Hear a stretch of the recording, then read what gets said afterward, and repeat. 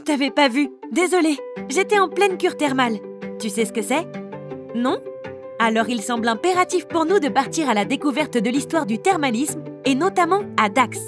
Allez, il n'y a pas de temps à perdre, suis-moi! Pour que tu comprennes bien ce que nous faisons ici, à Dax, laisse-moi te ramener dans l'Antiquité. Tu sais, César, Cléopâtre, Alexandre le Grand, Spartacus, les gladiateurs et les légionnaires romains. Oui, nous y voilà! Bienvenue au 1er siècle avant Jésus-Christ. Et oui, nous sommes toujours à Dax, où les Romains auraient découvert des sources chaudes à 64 degrés.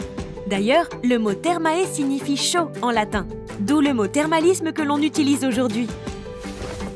Une légende dit qu'un légionnaire romain en garnison à Dax avait un chien perclus de rhumatisme. Il avait trop mal pour se déplacer et marcher. Partant en campagne et sachant que son pauvre chien ne pourrait pas le suivre, il se résolut à l'abandonner sur les berges de l'Adour. Quand le légionnaire revint après plusieurs mois, il eut la surprise de retrouver son chien revigoré par les boues thermales au bord du fleuve. Que c'est beau! Oh, ça va, je sais, ce n'est qu'une légende, mais on commence tout de même à comprendre l'intérêt des eaux thermales et de leurs bienfaits. Bref, suivons notre route même si pendant des siècles, le thermalisme est passé de mode. En effet, à Dax, il faudra attendre l'arrivée du chemin de fer au 19e siècle pour retrouver un engouement pour les bains thermaux. D'autant plus que les scientifiques et les médecins de l'époque ont démontré les vertus de l'eau thermale. On assiste alors à une véritable considération scientifique avec la venue des médecins. Et tadam! C'est ainsi que fut construit le premier établissement thermal de Dax, les Grands Thermes. Une vraie réussite qui permit aussi de développer le reste de la ville, avec des infrastructures publiques dans la ville de Dax. Poste, télégraphe, école. Merci qui? Merci les eaux thermales, c'est la belle époque. Ah, comment ne pas vous parler de la fontaine chaude, symbole de la ville construite au 19e siècle sur la source de la Néé, la même que celle qu'utilisaient les Romains du début de la vidéo.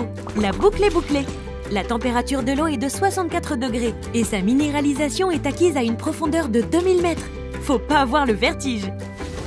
Après la Première Guerre mondiale, l'histoire se poursuit. Les thermes s'agrandissent, se rénovent, la ville construit de nouveaux bâtiments comme le splendide hôtel et pour distraire les curistes, théâtre, promenade, casino complètent le dispositif. Le tout dans une ambiance art déco spécifique aux années folles. Les années passent et en 1947, la sécurité sociale permet à tous les Français de bénéficier d'une cure thermale. En 1983 sur le Grand Dax, une nouvelle station thermale voit le jour.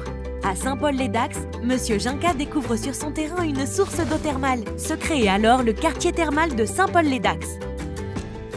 Aujourd'hui sur le Grand Dax, ce sont 15 établissements thermaux, un hôpital thermal, un institut du thermalisme et 60 000 curistes par an qui viennent bénéficier de notre savoir-faire, de notre eau et de notre péloïde.